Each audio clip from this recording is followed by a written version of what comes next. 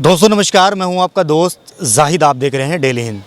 इस वक्त हम मौजूद हैं मुरादाबाद में। आप मेरे पीछे देख सकते हैं कि एक मस्जिद नुमा बना हुआ है। ये मस्जिद नहीं है, ये जो है ईदगाह है।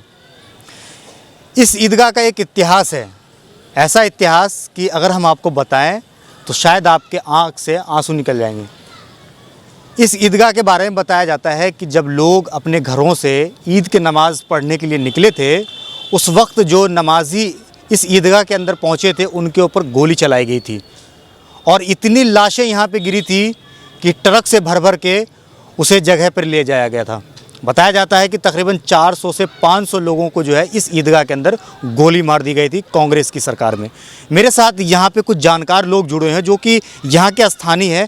इनसे हम जानेंगे कि आखिर क्या हुआ था उस दिन कि लोग अपने घर से नमाज़ पढ़ने के लिए निकले थे और यहाँ पे लोगों को गोलियाँ से भून दी गई थी। सबसे पहले मैं हज़रत आपका नाम जानना चाहूँगा, क्या नाम है आपका? मेरा नाम मोहम्मद यासीन अंसारी। क्या हुआ था उस दिन यहाँ पे? उस दिन ईदगाह में नमाज जो हो रही थी तो बंगी का जानवर आ गया था। अच्छा। उसको मतलब ये भगाने उगाने के चक्कर में मतलब ये पुलिस से कोई बात हुई तो पुलिस ने गोली चला दी। मतलब इतनी सी बात कि मतलब यहाँ पे जानवर आया, बात हुई और पुलिस ने गोली चला दी थी। तो क्या ये कोई प्लान था? ये तो हमें खैर ये मतलब संयोग से हुआ था? ये तो हमें कुछ नहीं पता कि उसमें गवर्नमेंट की मंशा क्या थी। बहरहाल ये गवर्नमेंट ही जाने। लेकिन हाँ, नमाज हो रही थी, वो नमाजियों के बीच में आ गया था जानवर, तो उसे लोग पकड़ने गए। अब वो भागा दौड़ा वो। अब वो पुलिस तो चक्कर में ये हुआ कि आपने इंतजाम ही है तो आप इंतजाम को नहीं कर रहा, उसमें मुठभेड़ हो गई पुलिस से तो गोली चली। आप भी थे यहाँ पे उस वक्त? आप भी ना? कितने लोग मारे गए थे लगभग? लोग तो अच्छे खासे मारे गए थे।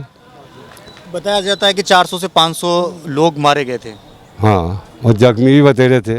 इतनी छोटी सी बात पे 500 लोगों का कत्लेआम करना आप किस तरीके से देखते हैं? उस वक्त यहाँ पे कैसा माहौल था मुरादाबाद के अंदर, इस ईदगाह के अंदर? उस वक्त माहौल इतना बढ़िया था कि कारोबार सिलसिला भी सब जुड़ा हुआ था और मतलब कारोबार बहुत अच्छी हालत में था, सब एक थे। और रमजान में तो मुसलमान वैसे भी नहीं लड़ना चाहता। बिल्कुल बिल्कुल, अमन का महीना है, प्रेम का महीना है, रहमत का महीना है। ईद की नमाज हुई, उसमें ये सरकार किसकी थी उस वक्त? उस वक्त सरकार इंदिरा गांधी की थी। इंदिरा गांधी की सरकार थी? सीएम थी इंदिरा जी। अच्छा। इंदिरा जी उस वक्त सीएम थी। तो जब गोली चलाई गई थी तो वो उस पुलिस वाले के ऊपर कोई कार्रवाई हुई जिन्होंने इस ईदगाह के अंदर नमाज पढ़ने के लिए आए थे, बेकसूर लोगों को गोली मारी गई, तो उसके ऊपर कुछ कार्रवाई हुई थी? कोई भी कार्रवाई नहीं। और झगड़ा मतलब ये मेरे ख्याल से ये 5-6 महीने झगड़ा रहा। 6 महीने ज़्यादा कर्फ्यू रहा। 6 महीने कर्फ्यू रहा करीब। 6 महीने कर्फ्यू लगा हुआ था? अच्छा। और रात के कर्फ्यू को तो अच्छा खासा टाइम हो गया था, साल भर हो गया था पूरा। तो आप लोग घर से निकल पाते थे बाहर? वो मोहल्ले में जो सोचता दुबका चोरी से निकल के अपने बच्चों के लिए देखते थे। और जब मिल गया तो ठीक है, ना मिला तो पड़े हैं घर में। अच्छा। पुलिस निकलने का दे रही थी, मोहल्लों में भी गोली मार रही थी भाई, कोई खिड़कियों में झांक रहा था। तो कांग्रेस की सरकार में, लेकिन वही कांग्रेस सरकार कहती है कि बीजेपी मुसलमानों के दुश्मन है, जबकि मुरादाबाद एक सबूत है कि बेकसूर सैकड़ों मुसलमानों का कत्लेआम हुआ। इंदिरा गांधी ने कुछ नहीं किया उस वक्त? हमें कोई सरकार कुछ नहीं करती, जिसकी भी हो तब अपना डंडा सीधा करें, ईमानदारी की तो यह है बात।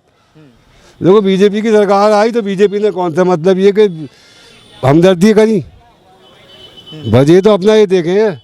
अब वो सी वाली मिसालें तो पिक्चरों में देखते हैं, वो कहते हैं कि हमारी सरकार है तो दूसरी पार्टी को बचाओ, उसकी सरकार होगी वो हमें बचाएगी। ये है चक्कर, और कोई चक्कर ना है। मरता लौट फेर के गरीब ही है। अच्छा, अखिलेश के राज में भी मुजफ्फरनगर में भी कुछ ऐसा ही हुआ, उसमें भी हज़ारों मुसलमानों का कत्लेआम हुआ। अखिलेश यादव ने बचाया नहीं बचाया? हाँ वही तो खैर, वहाँ की तो हमें ना मालूम, हम पढ़े लिखे नहीं हैं, वहाँ की तो हमें नहीं मालूम। हम तो यही किए तो हम हमारे। कितने साल के थे उस वक्त जब यहाँ पे गोली चलाई गई थी इस ईदगाह के अंदर? मैं शादीशुदा था, मेरा बच्चा था एक। अच्छा। मेरा बच्चा मतलब कर्फ्यू में हुआ था, मनोहरा का अस्पताल में थी मेरी बीवी। तो आपका भी कुछ नुकसान हुआ था उस वक्त? आपके रिश्तेदार में मोहल्ले को मारे थे एक दो। आपके मोहल्ले के 1-2 लोग यहाँ पे मरे थे। कुछ लोगों से और जुड़ेंगे। अच्छा, हम कोशिश करेंगे कि जो ये तो वो लोग हैं जिन्होंने अपने नज़रों से देखी थी उस वक्त जब गोली चलाई गई थी कांग्रेस की सरकार में, बेकसूर मुसलमानों का कत्लेआम हुआ था इसी ईदगाह में जहाँ पे मैं खड़ा हूँ। लेकिन आज का जो न्यू जनरेशन है उनसे भी हम जुड़ेंगे कि वो इस कहानी को किस तरीके से सुनते हैं। आप इसे कहानी नहीं हकीकत कह सकते हैं। भाई थोड़ा सा आप इधर आ जाइए, इधर आ जाइए, इधर आ जाइए, थोड़ा सा इधर आ जाइए। आप एक युवा हैं, आपको पता है कि जहाँ जिस ईदगाह में हम खड़े हैं यहाँ पे बेकसूर मुसलमानों का कत्लेआम हुआ था कांग्रेस की सरकार में। इसी ईदगाह में जो है जो लोग घर से निकले थे खुशी मनाने के लिए, जिसके माँ बहन भाई एक इंतज़ार में थे कि हमारे भाई, हमारे पापा, हमारे अब्बा जो भी हैं वो आएंगे, उनको हम सेवैयाँ खिलाएंगे, खुशी बांटेंगे। बाद में पता चलता है कि उसके घर में मातम छाया हुआ है। तो आप लोगों ने क्या सुना उस वक्त जो यहाँ पे हुआ था? उस वक्त जो हमारे बड़े बूढ़े बताते हैं वही हुआ, कत्लेआम हुआ, तमाम मुसलमानों को मारा गया। तो बस ये सब सरकार की नीतियाँ थी और क्या है। कोई प्री प्लान था, मतलब प्लान था कि ऐसा करना है यहाँ पे? नहीं, ये तो हम नहीं कह सकते क्योंकि हम उस वक्त मौजूद नहीं थे। हम अपनी आंखों से मौजूद होते तो शायद देखते। तो अब हमारे बुजुर्ग ये कहते हैं कि ज़रा सी बात थी तो वो वही थी बस, और कुछ नहीं था। अच्छा, कुछ लोगों से और जुड़ेंगे। अच्छा चाचा, आपने अच्छी जानकारी दी है, इसके लिए आपको मैं शुक्रिया अदा करता हूँ। वो सन कौन सा था जब यहाँ पे गोली चलाई गई थी? सन 80 हाँ गोली चलाई गई थी। अच्छा, इंदिरा गांधी की सरकार थी यहाँ पे? जी जी जी जी, बताइए, आप भी थे यहाँ पे उस वक्त? नहीं, मैं नहीं था। बहरहाल मुझे याद है क्योंकि मेरी शादी हुई थी 6 जुलाई को। तो मैं जब यहाँ आया तो कर्फ्यू में गिर गया था मैं, यूँ मुझे पता है। अच्छा अच्छा, कुछ लोगों से। अच्छा चाचा, आप उस वक्त थे जब यहाँ पे नमाजियों, आपको नहीं पता है? आप यहाँ नहीं थे? अच्छा, यहाँ के नहीं है या ना बाहर के हैं? कुछ लोग ये भी बता रहे हैं कि जब उस वक्त लोगों को जब गोली मारी गई थी तो जो घायल हुए थे उसको हॉस्पिटल लेकर के ले जाया गया।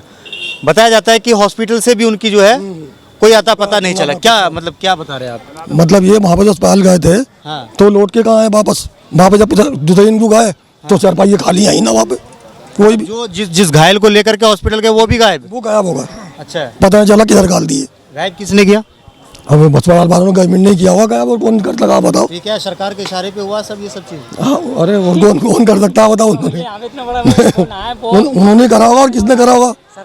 नहीं, पुलिस ने करा होगा, वहाँ से मिला ही ना कोई भी। तो इंदिरा गांधी आई थी उस वक्त यहाँ पे?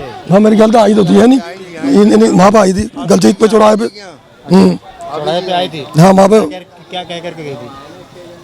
वो मेरे सामने तो ये बात थी, मैं था उस वक्त मौजूद, तो एक हज्जन रो रही थी बेचारी वहीं की सामने की।